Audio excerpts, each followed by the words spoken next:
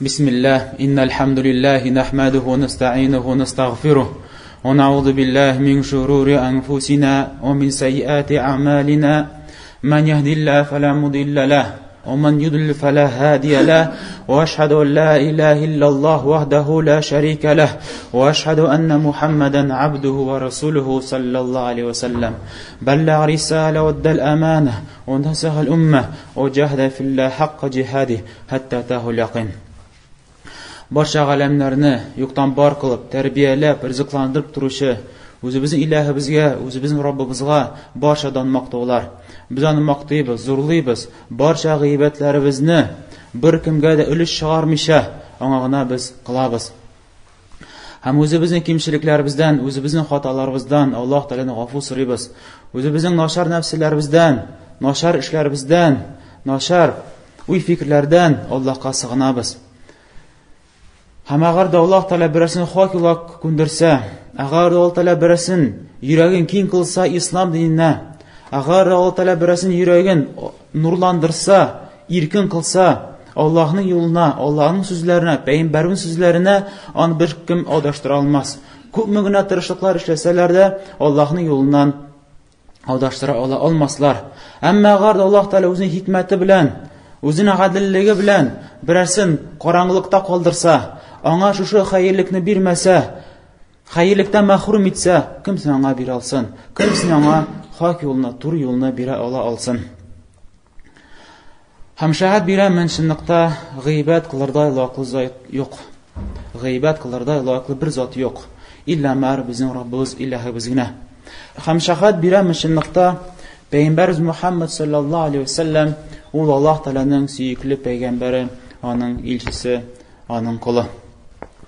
Hem biliz kardeşler, en yaxşı söz ol Allah Teala'nın kitabı. Hem en yaxşı yol ol yine Peygamberimiz sallallahu aleyhi ve sellem'nin yolu. Hem en naşar işler ulap tabılgan işler, hem habir ulap tabılgan işler ol yanılıklar, hem habir yanılıklar ol bidat, hem habir bidat ol adaşu, hem habir adaşu anı ahırgı şigi utta bulaşak, ut bilen bitecek. Hem sırayız Allah Teala özünün selamını, hem salatlarını etsin Peygamberimiz Muhammed sallallahu aleyhi ve sellem'e, onun ailesine, onun sahabelerine, hem kurkam revişte onun dinine yerişlerge. Hem iyi kardeşlerim, Allah Teala'nın bir ayetine ihtibar eti gele. Allah Teala ite, ثُمَّ انْزَلْنَا عَلَيْكَ مِنْ بَعْدِ الْغَمِّ أَمَنَةً نُعَاسًا يَغْشَى طَائِفَةً مِنْكُمْ. Ondan sonra, şuşunday ağırlıktan sonra, şuşunday çetinlikten sonra Allah Teala sizge iminlik birdi, hem sizge yuqu birdi. Yuqu birib siz yuqlab yol ettiniz. Hem bu birildi sizin arağızda bulgan bir türküm kişilerge. O taifetun qad ahammethum anfusuhum. Ama ikinci türküm kişilerge onlar özlerini burçlular. Yazunnun billahi gayril haqqi zannel cahiliyye. Hem Allah hakkında naşar uy fikir yürüttüler cahiliyet fikri bilen. Cahiliyettagi bulgan, küfürlüktagi bulgan fikirlerini Allah hakkında şuşu di fikirler bilen Allah hakkında fikirlediler. Yakuluna hallana minel emri min şey. Hamalar ettiler. Sen bizning kulubuzda bir narsa da yok bit. Sen biz narsa işlay olabızsan. Biz birey-birte özgərtə almayız. Agar da özgərtə alatıran bulsak, biz onu işləyik. Agar da bizim kulubuzda bulgan bulsaydı, agar da Muhammed hamı ona yergenleri dürüst yolda bulgan bulsalar idi, mındı halga barb gitmesler idi. Bu ayet nefsi hakkında. Hali bu ayetini oku bitirmedim. Hatta bu ayet nedir anlar için, yaxşırak anlar için onun tarixin iske çürüp gitip gerek. Bu Uhud soğuşu hakkında. Uhud soğuşu hakkında. Peygamberimiz sallallahu aleyhi ve sellem 1000 kişilik bilen Medine'den çıkıp gite Uhud jirligine soğuşqa dip. Ama Mekke yağından müşrikler, kafirler Peygamberimizni hala gitəbiz dip, Peygamberimizni yoq itabiz dip, onun sahabelerini yoq itabiz dip Medine'ye kileler. Medine'ni basıp sahabelerini yoq iterge, dinni yoq iterge dip şunday niyet bilen 3000 asker çığa Mekke jirliginden. Hem Peygamberimiz sallallahu aleyhi ve sellem bu haberini işitkeş, Peygamberimiz de askerciye. Hem Peygamberimizin askeri 1000 kişilik bula. Һәм Пәйгамбәрбез саллаллаһу алейһи ва саллям сахабалары белән киңәшләшкәч, алар шушы Ухуд тау кырында әйдәгез дошманнарыбызны каршы алабыз дип шайтып сөйләшәләр. Һәм шундый Пәйгамбәрбез саллаллаһу алейһи ва саллям Ухуд тауына таба бара. Һәм юлда барганда 1000 гаскәрдән 300 кеше, 300 сугышчы кире борылып кайтып китә. Кире борылып кайтып китәләр. Һәм Пәйгамбәрбез саллаллаһу алейһи ва саллям гаскәре күпме кала? 700 кеше кала. Кафирләр әйткәнебезчә 3000 кеше була. 3000 кешегә каршы 700 кеше. Әмма белгәнебезчә Аллаһ Таала вәгъдә кыла мөэминнәргә ярдәмне һәм җиңүне. Һәм шундый да җиңү килә. 700 кеше шу 3000 кешене тармар итә башладылар. Һәм мөшрикләр коралларын ыргытып каша башладылар. Һәм Пәйгамбәрбез саллаллаһу алейһи ва саллям 50 укшыны бер тау битенә менгезеп куя. Һәм аларның вазифалары да шул иде: әгәр дә кафирләр арттан килсә, аларга ирек бирмәсеннәр. Безнең арттан бер кемдә килеп безне арттан борчымасыннар. Һәм мөшрикләр коралларын ташлап ыргытканда, шушы укшылар алар урыннарыннан кузгалып китеп төштеләр. Хәтта аларның әмирләре әйтсә дә, китмәгез, Пәйгамбәрбез китмәскә кушты. Кая барасыз? Ташлап китмәгез. Пәйгамбәргә каршы бармагыз. Алар әйттеләр, җиңү бит инде, сугыш бетте диләр. Һәм корал җыярга дип, байлык җыярга дип төшәләр. Һәм мөшрикләр шуны көттеләр. Ат белән коралланган мөшрикләрнең гаскәре бар иде. Ул гаскәрнең башлыгы Халид ибн Валид була. Һәм бу хәлне күргәч, безгә бит юл ачылды ди. Укшылар тау битеннән төшкәч, безгә бит ачылды юл. Әйдәгез һәм арттан килеп бәрәләр мусламаннарга, һәм мусламаннар ике яктан кысыла. Шуннан соң инде җиңүле китте Пәйгамбәрбезнең гаскәренә, һәм Пәйгамбәрбез саллаллаһу алейһи ва саллям үзенең калдык гаскәре белән Ухуд тауына менәләр. Менә шушындый хәл була. Һәм мондый хәл бик авыр хәл, шулай бит. Байтак сахабалар үлә, 70ләп сахабалар үлә шушы мәгърәкәдә, шушы сугышта. Менә Аллаһ Таала шушы вакыйганы хәзер сөйли, хәбәр бирә. Шундый сезгә авырлыктан соң Аллаһ Таала сезгә йокы бирә, тынычлык бирә. Шуларга кем уйлый, ышана, ярдәм килә Аллаһ Тааладан. Хәтта менә мондый җиңелү килсә дә безгә, ул безнең хатабыздан, ләкин Аллаһның вәгъдәсе дөрес, безгә җиңү киләчәк. Һәм алар шушы мәгърәкәдән соң ял итәргә дип җыклап китәләр. Менә сизмәстән үзләре сахабалар шундый яралы хәлдә дә, шундый авырлык хәлдә дә алар инде йоклап китеп ял итәләр. Әмма икенче төркемен Аллаһ Таала хәбәр бирә. Алар юк, йоклый алмадылар. Төне буе йөреп чыктылар. Һәм Аллаһ хакында начар уйладылар, начар фикер йөрттеләр. Һәм әйттеләр, нәрсәсен без эшли алабыз инде мондый хәлдә. Дәвам итәбез.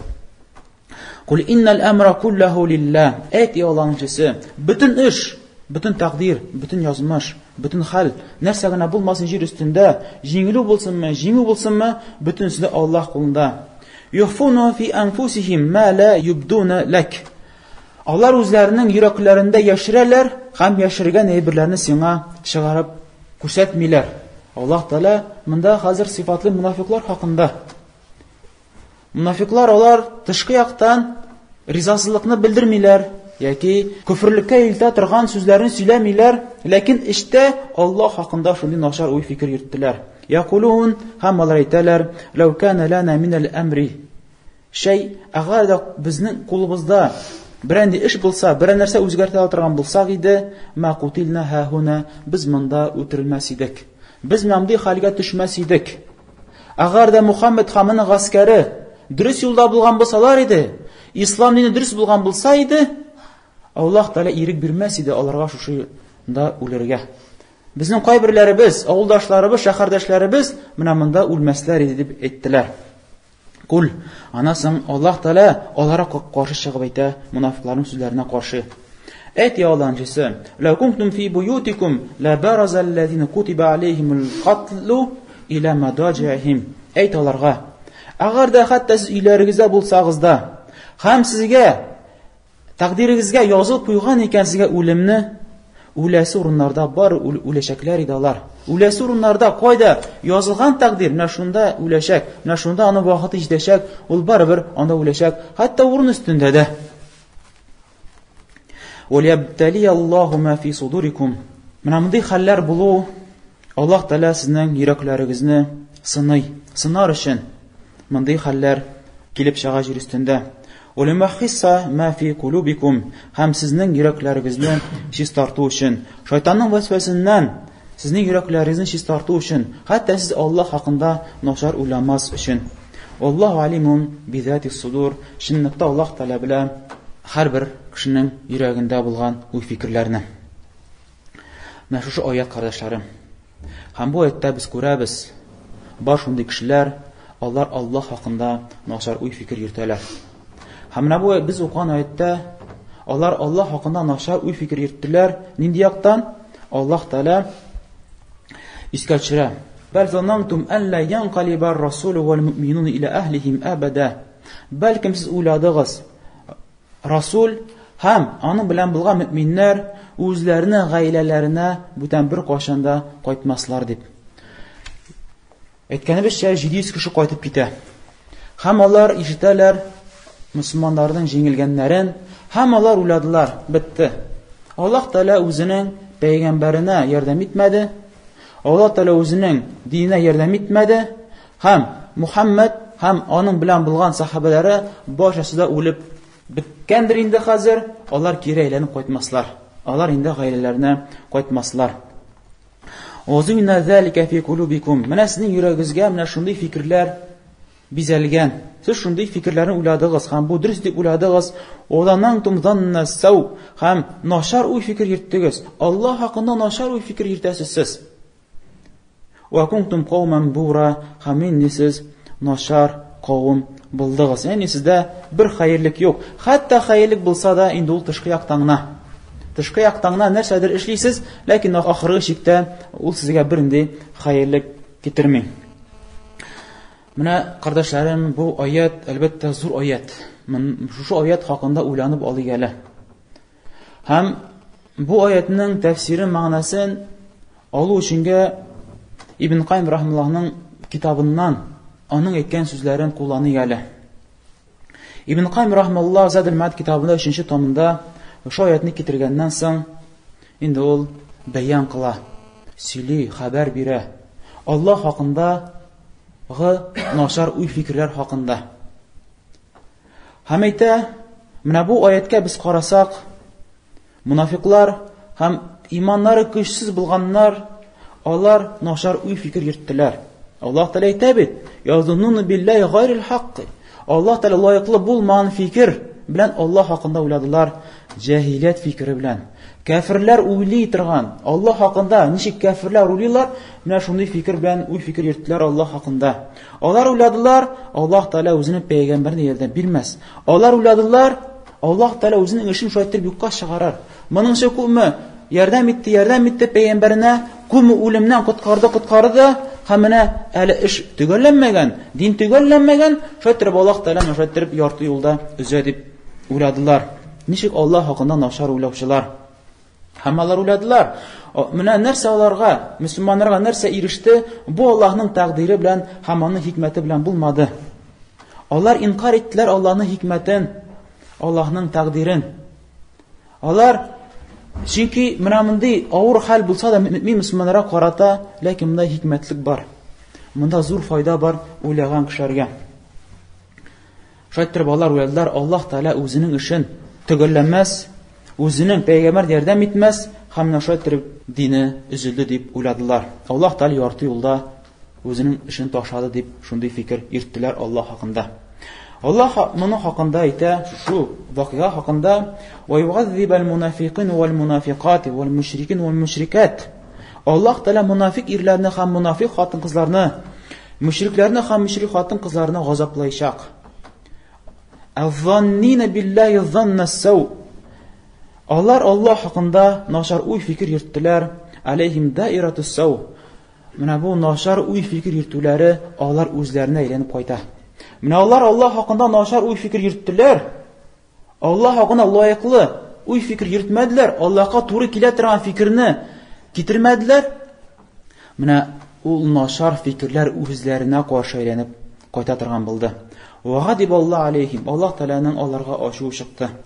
Вала'нахум, Аллаһ Тәгаләләрне ләгънәт кылды. Вa'адда лахум җаһаннама, Аллаһ Тәгаләләргә җаһаннамны әзерләп куйды. Васат масира, һәм нинди начар ул әйләнеп кайта торган урын. Җаһаннам нинди ул начар урын, әйләнеп кайта торган урын буларак. Карагыз, Аллаһ хакында начар уй фикер йөртү менә кешене нәрсәгә илтә? Аллаһның ачуына, Аллаһның ләгънәтенә һәм җаһаннам газабына. Әйткәнебезчә, Ибн Кайм рахманның сүзләрен алабыз дип сөйләштек. Әйдәгез укыйк.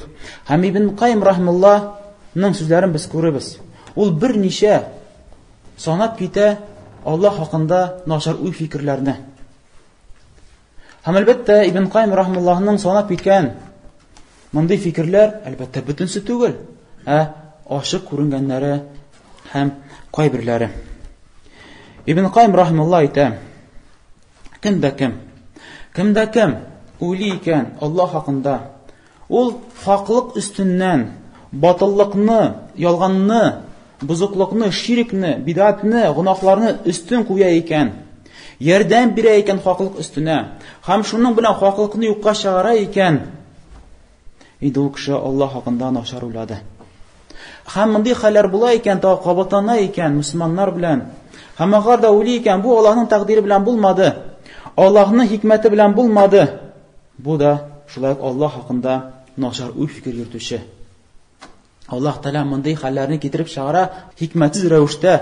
Аллаһ Тәгалә шундый хәлләрне китереп чыгарган икән дип уйлый икән, бу инде кеше Аллаһ хакында начар уйлаучы. Шайтырып кеше Аллаһ хакында начар уйлый, ага да уйлый икән, Аллаһ Тәгалә ярдәм итми үзенең расулларына, мөэминнәргә. Һәм пәйгамбәрнең эшен ахыры әле тәмамлап бетерми икән, аңа ярдәм бирми икән, аның гаскәренә, аңа йөргән сахабаларына көч-куәт белән көчләндерми икән, һәм дошманнарына каршы ярдәм бирми икән дип уйлый икән, бу Аллаһ хакында начар уйлаучы. Агар да уйлый икән, Аллаһ Тәгалә мөмкинчелекләр бирә, юллар ача ширккә, тәүхид өстеннән. Аллаһ Тәгалә юллар аша ярдәм бирә батыллыкка, ялганга, хаклык өстеннән. Хәтта хаклык бетсен, хәтта тәүхид юкка чыксын дип Аллаһ хакында шулай уйлый икән, инде бу кеше начар уйлый Аллаһ хакында. Шайтыр әйткәнебезчә, агар да кеше шундый фикердә икән, инде ул Аллаһны белми икән. Аллаһ Тәгаләнең күркәм исемнәрен белми икән. Аллаһ Тәгаләне рубубияттә, үзенең эшләрендә, җирләрдә, күкләрдә патша икәнлегендә, һәм бөтен нәрсә, җир өстендә нәрсә генә хәрәкәт булмасын, нинди вакыйгалар булмасын, барчасы Аллаһның теләге белән, Аллаһның хикмәте белән булганын әле ул белми. Аллаһ хакында надан кеше, Аллаһның исем-сыйфатларын белмәүче кеше. Менә шуңа да алар Аллаһ хакында начар фикердә. Һәм Ибн Кайм рахмаллаһ әйтә: әмма агар да күпчелек кешегә карасак, күпчелек кешеләр җир өстендә илләмәр Аллаһ Тәгалә кайберләренә аерып калганнардан, алар Аллаһ хакында начар уй фикер йөртәләр. Үзләренә кагылышлы булган мәсьәләләрдә һәм башкалары кагылышлы булган мәсьәләләрдә. Менә бу хәлләрдә бик күп очрый. Әле Ибн Кайм рахмаллаһ ахырда тагын искә төшерәчәк. Алга китеп кенә әйтәбез, алар Аллаһ хакында уйлар үзләренә карата. Алар үзләрен чагыштыралар башка кешеләр белән, мал-мөлкәт ягыннан. Һәм үзенә шундый сораулар бирә: туктале, вроде мин намаз да укыйм, ураза да тотам, менә мәчеткә дә йөри башладым. Нишләп теге кеше байраксың? Нишләп кеше зуррак дәрәҗәгә ирешкән? Кара, минем күршегә фәлән әйберсе бар, миндә андый әйберләр юк. Һәм үзен кимсеткән хәлдә күрә ул. Һәм ул хәтта теле белән әйтмәсә дә, Аллаһ Тәгалә гаделсез бүлгән бу мал-мөлкәтне. Мин алны юлында тырышам, садакалар бирәм, мин аны хәлләкми. Ләкин башка кешегә Аллаһ Тәгалә күбрәк бирә. Каямда хикмәтлек, каямда гаделлек дип шундый фикер йөртүчеләр бар. Менә мондый кешеләр, алар Аллаһ хакында Начар уй фикер йөртүчеләр, алар Аллаһны белмәүчеләр, алар Аллаһның исем сыйфатларын белмәүчеләр, алар Аллаһның хәйләсен белмәүчеләр. Хәтта ул кешеләр, ул нимәтләргә чумып яшәсәләр дә, белегез, алар Аллаһның хәйләсендә. Сиңа ул хәлдә булмауың күпкә мәртәбә синең өчен яхшырак бит. Әгәр дә моны белә торган булсагыз. Һәм әгәр дә кеше Аллаһның рәхмәтеннән өмитен үзүче икән, ул да шулай Аллаһ хакына начар уйлаучы. Ул өмитне үзә Аллаһ Тәгалә аңа ризыкны бирүен. Һәм хәтта безнең көннәребезгә без карасак, Аллаһ Тәгалә яңгырларын тотып калды. Кайбер мөмкиндер мал-мөлкәтләр киселде. Һәм кайбер кешеләр өмитләрен үздиләр. Аллаһ Тәгалә өмитләнми башладылар. Аллаһ хакында начар уй фикер йөрттеләр. Яки кеше гынаһ кылып, аннары уйлый, Аллаһ Тәгалә мине гафу итмәс инде. Мин менә шушындый юлда инде, гынаһлы юлда, мин инде бүтән хәерлеккә ирешмәсмен. Һәм шәттер ул Аллаһның рәхмәтеннән өмитен үзүче. Аллаһ Тәгалә миңа инде хәерлек бирмәс. Аллаһ Тәгалә миңа дөрес юлны бирмәс, хәерлекне бирмәс, ризыкны бирмәс дип уйлый икән. Һәм Аллаһның рәхмәтеннән өмитен үзә икән, инде Аллаһ хакында начар уйлаучылар шушылар инде. Һәм шулай ук, әгәр дә кем уйлый икән, Аллаһ Тәгалә үзенең дусларын, мөмин мөселманнарның изилекләренә, ихласлыкларына изилек белән җавап кайтармый икән, аларны газаплый икән, авырлыклар бирә һәм изилек белән кайтармый икән дип уйлый икән. Һәм шуның капма-каршысы Аллаһның дошманнары күп гынаһлар кылалар, күпме ширки бидгат эшләр эшлиләр, һәм аларга җәза булмаячак, аларга газап булмаячак, Аллаһ Тәгалә газап бирмәячәк. Шушындый фикердә икән, алар Аллаһ хакында бик начар уй фикер йөртәләр. Алар Аллаһ Тәгаләне белмиләр. Аллаһ Тәгалә изилеккә изилекне бирүче, начарлык эшләүчеләргә начарлыкны бирүче. Хәтта тышкы якта күренсә дә, изгилек кылучылар кайбер хәлдә, авырлык хәлдә калалар, ләкин бу Аллаһның хикмәте. Аллаһ Тәгалә ул изгилек кылучыларга күбрәк хәерлек тели, күбрәк әҗр-савап тели. Чөнки сабыр итүчеләргә Аллаһ Тәгалә хисапсыз әҗр-савапларны бирүче. Һәм Аллаһ Тәгалә тели шайтырып сынарга, сынап талар, җәннәтнең биек дәрәҗәләрен лаеклымы, әллә юкмы? Менә Аллаһ Тәгалә шайтырып үзенең бәндәләрен сыный. Син шуны аңла, Аллаһ Тәгалә сиңа шундый авырлыклар бирә икән сине сынар өчен. Син лаеклымы җәннәтнең биек дәрәҗәләренә? Әмма кеше әгәр дә башкача уйлый икән, менә мөселманнарны карыйбыз, алар гел авырлыклы да читенлектә дә һәм шайтырып үлеп, шайтырып бер дә булмас дип уйлыйлар. Аллаһ Тәгалә аларга изилеккә изилекне бирмәс дип уйлыйлар. Һәм шулай ук гынаһлы кешегә гынаһсына күрә, бәрабәренә күрә гаделлек белән җәза, газап булмаячак дип уйлыйлар.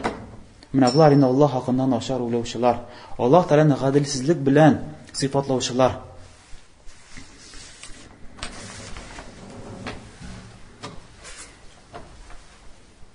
Элхамдулиллаһи раббил аламин. والعاقبة للمتقين ولا عدوان إلا على الظالمين وصلى الله على نبينا محمد وعلى آله وأصحابه أجمعين. Ibn Qayyim rahimahulлahның сүзләрен дәвам итик, шушы аят хакында әйтә. Һәм әгәр дә кем уйлый икән Аллаһ хакында, Аллаһ Тәгалә үзенең мәхлукатларын сәбәпсез булай гына барлыкка китергән. Аллаһ Тәгалә аларга бер әмер дә әмр итмәгән, һәм бер әйбердән дә тыймаган. Һәм Аллаһ Тәгалә аларга бер расулны җибәрмәгән. Кешелекне җир өстенә китереп, кешеләр арталар, яшиләр, ашилар, эчәләр, һәм Аллаһ Тәгалә аларга расуллар җибәрмәгән дип уйлый икән. Аллаһ Тәгалә аларга китапларны, үзеннән булган китапларны җибәрмәгән дип уйлый икән. Бәлкем Аллаһ Тәгалә аларны калдырган, ничек хайваннар калдырылган шикелле. Менә хайваннарга карагыз. Алар бит эчәләр, алар ашилар, алар үзләрен саклыйлар, балаларын саклыйлар, алар балаларын кайгырталар. Һәм бит аларга бер әйбер йөкләнмәгән. Аларга беренче йөкләнмәгән. Аларга расул килмәгән, аларга китап килмәгән. Алар да яшиләр бит. Төрле еллар буенча яшиләр. Әз яшәүчеләр дә бар. Фәләничә бездән дә, күпкә мәртәбә бездән дә озарак яшәүчеләр дә бар. Күп гасырлар буе яшәүче хайваннар да бар. Менә агар да кеше уйлый икән, менә кеше заты да нәкъ шундый икән. Аларга җибәрелмәгән китап, аларга җибәрелмәгән Расул, Аллаһ Тәгалага берәй бер әмр итмәгән, һәм берәй бердән тыймаганда. Инде ул Аллаһ хакында начар уй фикер йөртә, Аллаһ Тәгалә шулай уйнап кына ята икән. Аллаһ Тәгалә җирләрне, күкләрне, шуны зур галәмне барлыкка китерде менә булай уен өчен генә, юк өчен менә. Кеше шушы җирдә яшәсен дә, сугышып, кан түгеп ятсын да, көлеп, җырлап, ялтып ятсын да, шайтып башыз үләләр дә, һәм бөтен әйбер онытылыр. Бу максатсыз эш. Бу юк әйбер бу. Бу Аллаһ хакында бик начар уй фикер йөртү Аллаһ хакында. Бит күпме кеше шундый фикердә. Бит җир өстендә күпме кеше Аллаһ хакында шулай уй фикер йөртәләр. Аллаһ Тәгалә гаделсез дип әйтәләр. Хәтта телләре белән әйтмәсәләр дә, аларның уй фикерләре шуңа илтә. Аллаһ Тәгалә әйтә: "Афахасибтум аннама халакнакум абатha?" Әлләс уйлыйсызмы, без сезне уен өчен барлыкка китердекме? Монда бу тормышта яшәдегез дә, үлеп киттегез дә, аннан соң онытылдыгыз дип уйлыйсызмы? Ва антум иләйнә ла турҗаун. Һәм сез уйлыйсызмы, сез безгә әйләнеп кайтмассызмы? Кыямәт көне булмас дип уйлыйсызмы? Аллаһ Тәгалә икенче аятында әйтә: "Аяхсабул инсану айютрака суда?" Әллә кеше уйлыймы, ул сораусыз калыр дипме? Әллә кеше уйлыймы, ул нәрсә эшләде, аннан соралмас дип уйлыймы? Әллә кеше уйлыймы, бу тормышка килде дә, аңа берәй бер дә әмер дә булмас, аңа тыю да булмас дип уйлыймы? Бик хаталана бу кеше. Әгәр дә ул шундый фикердә икән. Анасы, әгәр дә кем уйлый икән, Аллаһ Тәгалә үзенең кулларын, аларны үлемнән соң, кешеләр үлгәннән соң, аларны әҗир савап өчен кубармас. Аллаһ Тәгалә аларга әҗир савапны бирү өчен кире каберләреннән торгызмас дип уйлый икән. Аллаһ хакында начар уйлаучы. Әгәр дә уйлый икән, изгелек кылучыларга изгелек бирелмәс дип уйлый икән, җәннәт бирелмәс дип уйлый икән. Гынах кылучы кешегә гынахларына бәрабәренә карап, аларга җәза бирелмәс дип уйлый икән, җәһәннәм аларга булмас дип уйлый икән. Һәм әгәр дә уйлый икән, Аллаһ Тәгалә кыямәт көнен бар китереп, кыямәт көнен чыгарып, кешеләргә хаклыкны күрсәтмәс дип уйлыйлар икән. Чөнки кыямәт көннең тагы бер максатларыннан бөтен кешелек кубарыла. Һәм анда белнәчәк, кем хаклыкта, кем батыллыкта. Кем хаклыкта, дөреслектә булды, кем Аллаһның кулы булды, аларның дәрәҗәләре күтәренке булачак. Алар күтәрелгән булачаклар, алар хөрмәтле булачаклар. Әмма Аллаһка каршы баручылар, алар түбәндә булачаклар, алар кимсетелгән булачаклар. Менә Аллаһ Тәгалә кыямәт көнен булдыра да шушыны күрсәтер өчен, аерыр өчен изгелек кылучыларны начарлык кылучылардан. Әгәр дә алар уйлыйлар икән, Аллаһ Тәгалә үзенең пәйгамбәрләренең дөрестлеген кешегә күрсәтмәс дип уйлыйлар икән. Аллаһ хакында начар уйлаучылар. Кыямәт көнендә барча кешеләр кубарылгач, инде кешеләр аңларлар. Каралы, Расуллар дөрес әйткән бит. Каралы, пәйгамбәрләр дөрес әйткән бит, кыямәт көне буласы булган бит. Изгелекләр эшләргә кирәк буласы булган бит. Ширик китерергә кирәк түгел бит. Һәм Аллаһ Тәгалә кыямәт көндә пәйгамбәрләрнең дөрестлеген өскә чыгарачак. Һәм әгәр дә кеше уйлый икән, Аллаһ Тәгалә үзенең дошманнарын, ялганчыларны кимсетмәс дип уйлый икән, инде Аллаһ хакында начар уйлаучы. Һәм әгәр дә кеше уйлый икән, әгәр дә кеше Аллаһка буйсынган хәлдә, ихласлы рәвештә, игътибар итегез, ихласлы рәвештә, Аллаһ өчен генә, рия белән түгел, мине ишетсәнер өчен түгел, ширик юллары белән түгел, һәм Аллаһка буйсынган хәлдә, пәйгамбәребезнең сөннәтенә ияргән хәлдә, шариғат күрсәткән юлларда гына изгелекләр кыла икән, һәм Аллаһ Тәгаләнең изгелеген юкка чыгара икән, аны күрсәтмәс. Ул бәндә шул хәле изгелеп тырышып, авырлыклар күрә шу изгелекләрне эшли дә, һәм Аллаһ Тәгаләнең изгелеген күрсәтмәс, юкка чыгар дип уйлый икән, инде бу кеше Аллаһ хакында начар уй фикер йөртүче. Һәм шуның каршысында, әгәр дә кеше шул хәле күп гынаһлар кыла, Көне-түне гынаһлар кыла. Аллаһка карата да, кешеләргә карата да. Һәм аннан соң алар онытылып юкка чыгар дип уйлый икән, бу инде әлбәттә Аллаһ хакында начар уй фикер йөртүче. Һәм агар да уйлый икән, Аллаһ Тәгалә кешене газаплаячак, кешенең ихтиярсыз булган эшләренә онытылып, яки белмичә ниндидер гынаһ кыла икән, хәтта ширки гамәле булган очракта да, бидат гамәлләр булган очракта да, гыйлемсезлеге сәбәпле, яки оныткан сәбәпле, яки йоклаган сәбәпле начар гынаһлар кыла икән, Аллаһ Тәгаләнең шуның өчен газаплый дип уйлыйлар икән кайбер кешеләр, алар инде Аллаһ хакында начар уй фикер итәләр. Алар Аллаһ хакында начар уй фикер итәләр, Аллаһ Тәгалә кешене хаксызга, зулымлык белән газаплый икән. Ничек моны Әл-Җабари дигән фирка шундый фикердә. Алар әйтәләр, кеше мәҗбүр ителгән, менә Аллаһ Тәгалә нәрсә язган, менә шул аңа булачак. Хәтта безнең кайбер ватандашларыбыз да шушы сүзне әйтәләр. Әлбәттә алар уйламыйча әйтәләр аны.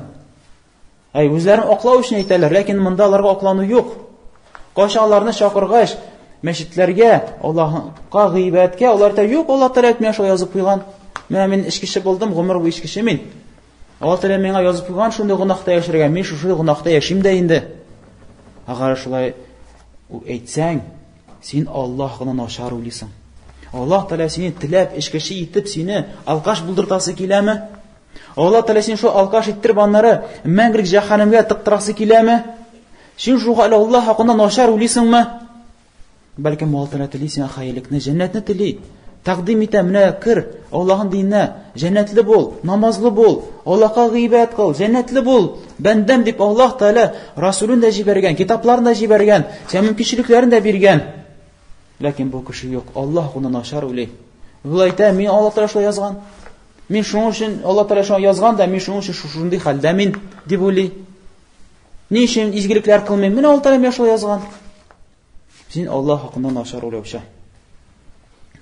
Һәм агар да кеше уйлый икән, Аллаһ Тәгалә үзенең ялганчы дошманнарын мугъҗизалар белән, пәйгамбәрләргә бирелгән мугъҗизалар белән беркетә икән, аңа көч-куәт бирә икән дип уйлый икән, ул Аллаһ хакында начар уйлаучы. Үзенең дошманнарына, пәйгамбәрләргә бирелгән мугъҗизалар белән үзенең кулларын адаштырыр өчен көч-куәт бирә икән дип уйлый икән Аллаһ хакында, алар инде Аллаһ хакында начар уйлаучылар. Баш шундый кешеләр алар әйтәләр, ул китап әһелләреннән булсынмы, башка кафирләр булсынмы, алар әйтәләр, Мөхәммәд ул ялганчы, ул пәйгамбәр түгел. Аңа саңа җавап кайтарасың, ничек инде? Кара, шундый вакыт эчендә Аллаһ Тәгаләне күпме үлемнән коткара. Аллаһ Тәгаләгә күпме көч-куәт бирә. Аллаһ Тәгаләгә күпме муҗизалар бирә. Ул муҗизаларны санап бетерсәк, аңа 1-2-3 җомга кирәк. Күпме муҗизалар бирелә пәйгамбәрбез Мөхәммәд саллаллаһу алейхи ва сәлләмгә. Һәм агар да бу кешеләр әйтәләр икән, эй Мөхәммәд ул ялганчы, Аллаһ хакында начар уйлаучылар. Ничек инде агар да чынлап та Мөхәммәд ялганчы булса, ничек Аллаһ Тәгалә шул ялганчыга шул хәл муҗиза бирәме? Шул хәле аны үлемнән коткарамы? Шул хәле аңа көч-куәт бирәме? Шул хәле аның динен күтәрәме? Хәтта үзенең бәндәләрен, кешеләрне җир өстендә булган кешеләрне адаштырыр өченме? Менә адашып бетсеннәр, бөтен җәһәннәмгә кирип китсеннәр. Шуның өчен мин шушы ялганчыны ныгытам, көч бирәм, менә кешеләр аңа ярсыннар да, һәм бөтенесе бергә җәһәннәмгә кирип китсеннәрме? Бу Аллаһ гына начар уй фикер йөртү. Киресенчә күрсәтә. Хәтта галимнәр китап язалар. Пәйгамбәрбез саллаллаһу алейхи ва сәллям пәйгамбәрлегенә булган дәлилләрдән Аллаһ Тәгалә үзенең пәйгамбәрен ярдәмсез калдырмады. Күп авыр хәлләрдә Аллаһ Тәгаләнең ярдәм килде. Хәтта уйламаган җирдә, һәм белмәгән җирдә, хәтта дошманнары уйламаган җирдә. Дошманнар уйламыйлар, фикерләмәләр, менә мондый хәл булачак. Ләкин бит Аллаһ Тәгалә кафирләрнең хәйләләрен белә, һәм аларның хәйләләренә каршы килеп, Аллаһ Тәгалә үзенең пәйгамбәрен саклап, Аллаһ Тәгалә үзенең пәйгамбәрен шулай өскә күтәрә. Күпме Аллаһ Тәгалә үзенең пәйгамбәрен муҗизалар бирә. Менә булар бөтенсе күрсәтә. Пәйгамбәрбез Мөхәммәд саллаллаһу алейхи ва сәллям ул хакыйкый пәйгамбәр, ул Аллаһ Тәгаләнең илчесе, Аллаһ Тәгаләнең расулы. Инде иншалла бу сүзне иншалла икенче җомгаларда дәвам итәрбез. Инде әйткәнебезчә, җомганың вакыты кыска. Иншалла икенче җомгада дәвам итеп бетеребез. Ибн Кайм рахманның сүзе шушы аят хакында. Инде Аллаһ Тәгалә сорыйбыз, Аллаһ Тәгалә безгә инде файдалы гыйлемнәр бирсен, Аллаһ Тәгалә безне инде файдасыз гыйлемнәрдән бүрек сакласын, Аллаһ Тәгалә инде безнең иманнарыбызны, тақвалыкларыбызны арттырсын, Аллаһ Тәгалә инде безнең кимчелекләребезне гафу кылсын. Аллаһ Тәгалә сорыйбыз, Аллаһ Тәгалә безне үзенең җәннәтләренә кертсен һәм җәһәннәм газабыннан бүрек Аллаһ Тәгалә безне сакласын. Раббана атина фид дунья хасана ва фил ахирати хасана ва кина азабан нар.